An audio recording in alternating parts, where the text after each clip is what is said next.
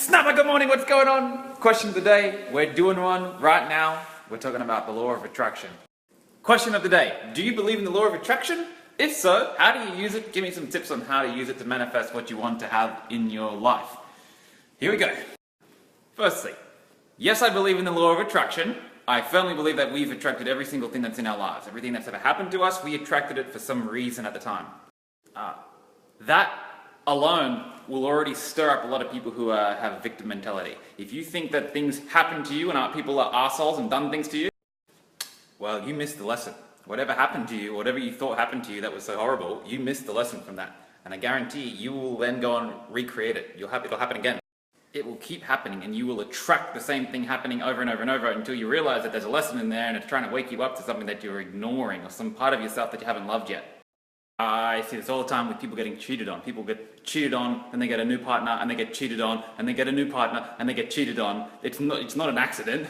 But if you're really disempowered and you're fucking playing victim game, poor me, you'll think that these just are assholes. They're your teachers, they're trying to wake you up because you're probably disempowered. And at some level, you probably treat yourself like shit, and they're just mirroring what you do, treating you like shit because you treat you like shit. They're not the asshole, they're just teaching you to wake up and love yourself.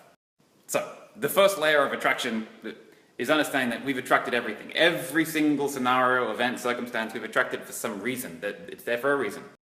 If the rest of this lesson goes over your head, at least get that part. That will change your whole entire life. Understanding that pulls you out of victimization. Because if you know in your heart that you attract every single thing that comes into your life, then when something happens that's very challenging to you, you won't judge it so much because you'll know that you brought it about. Therefore, you're in complete control to do something about it. When you go and blame something else external from you, you just give away all of your power. Very weak. Don't give away your power. If you want to have an empowered life, don't give it away. Keep the power here, and that means taking responsibility for everything. I mean everything. If people use you for money, or take money from you, steal from you, why? Ask why. You attracted it, ask why, find the lesson. If people cheat on you, ask why. If your house gets broken into and you get your shit stolen, why? You attracted it. I literally mean everything. If you have sexual assault, if you have physical assault, why did you attract it? The reason I use the glum examples is because they're the things that no one wants to take responsibility for. When you go and make $1 million, everyone's very prideful. Oh, that was all me, I attracted that. But then when your girlfriend goes and has sex with your best friend, then you think that they're the assholes and you're the victim, and then you oscillate between pride and shame and you're all over the place. And what I teach on these mini lessons is how to master your life. I'm not here teaching popular mass education bullshit. I'm teaching how to master your life. And the people who have mastered their life aren't emotional teddy bears. They're not oscillating between pride and shame and fear and guilt and all this bullshit. They've just got their shit together. They're centered and they're balanced.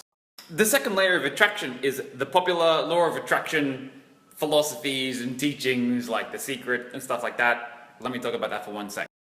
I love The Secret. If you haven't read The Secret, go and read The Secret. The Secret is an introduction to law of attraction, and if you've never heard of it, it's worth reading it. But there's some fluffy shit in there. I cannot stand behind the idea of you just sit on the couch and think about something and you'll get it. That's a complete fantasy. You think you're going to sit down and just think, I'm going to have a Lamborghini, I'm going to have a Lamborghini, and you're going to get it? That's bullshit, that's fantasy. But The Secret serves a purpose. Books like The Secret are palatable to the masses, and so they go out to the masses, they implant an idea in people's minds, and then they go and research it deeper. So, I love the book. That's exactly what it did for me. I love the book. I recommend reading it, but understand that it's not complete. It's not the full truth. Let me break some fantasies from the book in case you read the book, because there are some bullshit in there. There is some bullshit in there. 1, the law of no action. If you just think about something and don't act, and have some fantasy that some fucking thing's gonna rock up in your life and you don't do anything to get it, that's fantasy. Secondly, the law of physics. You can't violate the laws of physics. If you sit there and you chant and you affirm in your mind 100 million times a day for 10 years, I can fly, I can fly, I can fly, and you jump up the balcony, you will fucking die. That's ridiculous to think that you're going to violate any laws of the universe because you do the law of attraction. Compared to the law of gravity, the law of attraction is very, very weak. You're not going to overcome the law of gravity with some positive thinking affirmations. And thirdly, the big dog, the one that no one really knows about, but the one that really fucks people up the most, is the law of balance in the universe. You won't override that with attraction. Books like The Secret that are marketed to the masses often promote one-sided fantasies about the universe. They think that they push this one-sided idea, and mass population, they eat it up. They fucking love it. But they're usually dumb motherfuckers. They don't understand the laws of the universe. So when you read a book that says, now think positively every day, only have positive thoughts, only think of good, joyful pleasure, that's ridiculous. That's not grounded advice, that's not sound advice, that's not real advice, that's not sustainable advice. No one can achieve it and they'll beat themselves up because they think they're doing something wrong.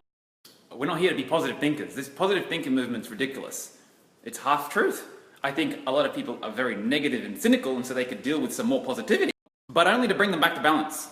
A balance of positivity and negativity. That's where you want to be. If someone's very negative, they need some more positivity in their life to bring them back to equilibrium. But the idea of shedding all negativity and never having a negative thought, that's la-la land shit. That's not real. You don't want that. You would have no risk management. You would have no risk management skills. We still live in a physical plane. There are real world risks. If you didn't have any risk management, you have no negative thoughts, you would never have insurance. You wouldn't worry about wearing seatbelts because you were so positive there would be no negative thoughts. There would be no thought of, if I fucking have a crash, I'll go through the thing and I'll die. You would never have that negative thought. Pure positivity with no negativity as an end goal is dumb. It's not achievable, for one, and two, even as a goal, it's dumb. It's dumb because anyone who actually sets that as a goal, pure positivity, really hasn't taken the time to put it down on paper and figure it out, and figure out the drawbacks of having a pure positive. And if you follow or subordinate to some so-called leader who says that they're always positive and always happy, they're lying to you. An equal balance of positivity and negativity gives you the most power. It gives you the most power on planet Earth. If you're too positive, you're in with the fairies. If you're too negative, then you're a cynical, depressed. But an equal balance of the two is where you want to be. That's end game shit. That's what you want to set your end game goals for. A balance between positivity and negativity. One more layer. The final layer I want to talk about in this particular mini lesson is resonation. I believe that our lives around us are created by the frequency that we're resonating at. Nikola Tesla said, if you want to understand the secrets of the universe, look into frequency and vibration. He's onto something. Most people understand that everything in the universe is energy and vibration. Even this table feels solid, but if you get the microscope to go down enough, you'll see the atoms. It's mostly space. Even when you go into the atom and then you go into the subatomic particles, they're mostly just space with even smaller subatomic particles moving around. Most everything is vibration and energy. The table is vibration and energy. My voice coming through the air from the speaker to your ear is a vibration. Your phone is not as solid as you probably think it feels. It's mostly vibration and energy. Our bodies are vibrations. Your thoughts, your feelings, and your beliefs are three massive determinants to the frequency you're vibrating at. And that's important. Because since you're vibrating, and the world's vibrating, and everything in the physical plane is vibrating, you will attract into your space and create a life around you that resonates with your frequency.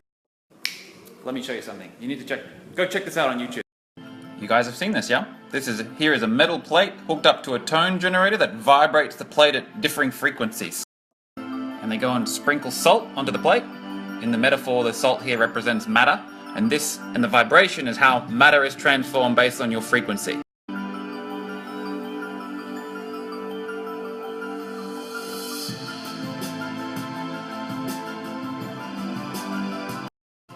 And the higher they turn the frequency up, the more the shapes change, the more intricate the geometry becomes.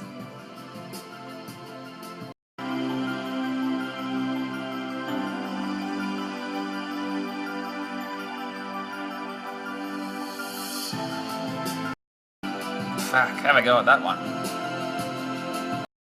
Understand that you're the plate. You're the metal plate. Your thoughts, feelings, and beliefs determine the frequency you're vibrating at. The salt is the matter that you're exposed to.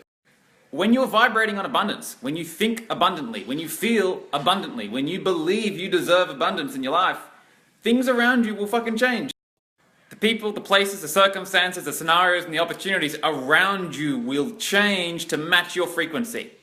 I see it happen all the time. When the plate vibrates at a certain frequency, and it holds that frequency, and then you go and blow all the salt off, you won't see much. You'll see a metal plate vibrating a little. But assuming it holds the same frequency, you go get some more salt, you sprinkle it on, guess what happens?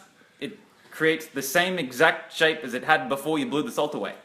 This is a really important metaphor. I hope that you're getting this and writing this down and taking note of it. I prefer to call the law of attraction the law of resonation, because most people are using the law of attraction to manifest some goal that they want to have in their lives. And I'm here to say, you will create a life that matches your frequency.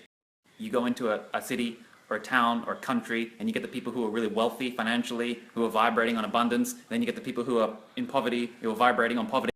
And you go and equilibrate all their wealth, all their financial wealth, you balance it out, you wipe their salt away, so to speak. Guess what happens after a short period of time? The same shit happens. The money ends up in the pockets of the wealthy because they're vibrating on wealth. You will create a life based on the frequency you're resonating at. Same thing in reverse. If you're impoverished and you're vibrating on poverty and fear and debt and bills and enslavement, and you go and win the lottery, guess what happens after a short period of time?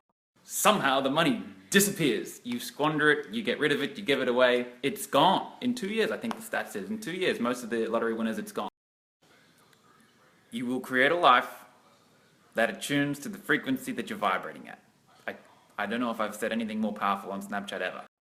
If you're constantly in fear, if you're worried about bills and debt, and you believe that you're poor or you're a battler or you're never going to get there, then you'll probably stay poor, you'll probably stay in debt, you'll probably be a battler, and you'll probably never get there. If you're an emotionally volatile teddy bear and you're oscillating violently between ups and downs, highs and lows, positives and negatives, your frequency will always be changing. What do you think the salt would look like? If you got the tone generator and you went vroom, vroom, vroom, vroom, vroom all day, every day, the salt would be chaotic. It wouldn't make beautiful patterns. Same thing with your life. If you're an emotionally volatile mess of a thing and you haven't got your shit together, you're going to have a fucking chaotic life. And when you finally take responsibility for everything that's in your life, everything that's around you, in the form that it's in, and realize that you created it exactly like that, well, then you can do something about it. You clear your mind of tomfoolery and expectations and traditions, and you get clear with exactly what you want, and you set your frequency. And if you're consistent with it, and you're grateful for it, and you love it the way it is because it's exactly what you've created, then you'll create beautiful patterns in your life. Your life will become a masterpiece. It'll become a work of art. And that is my opinion on the law of attraction. I race to get the camera because there's a guy here on a paddleboard in this big ass boat. I wonder when that wake catches up if it'll put him off balance a bit. Okay, here we go. The wake's caught up. He's rocking. Focus. Oh, he did very, very well. He did very well. I was, if I'm honest, kind of hoping he would fall off with make for a funny Snapchat story.